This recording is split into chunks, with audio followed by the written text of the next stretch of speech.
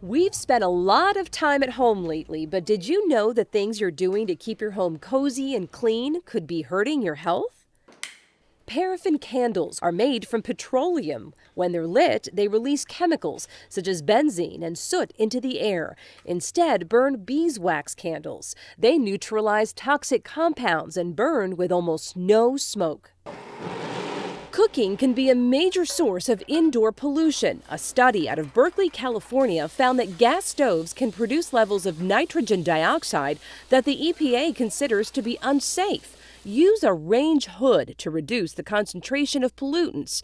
Other things that can help keep your air clean: salt lamps, houseplants, and taking off your shoes. A recent study by the University of Arizona actually found the average shoe is carrying 9 or 10 different bacterias. Taking your shoes off before you enter the house keeps those bacteria out, and you're breathing free and clear. I'm Nancy Alvarez reporting.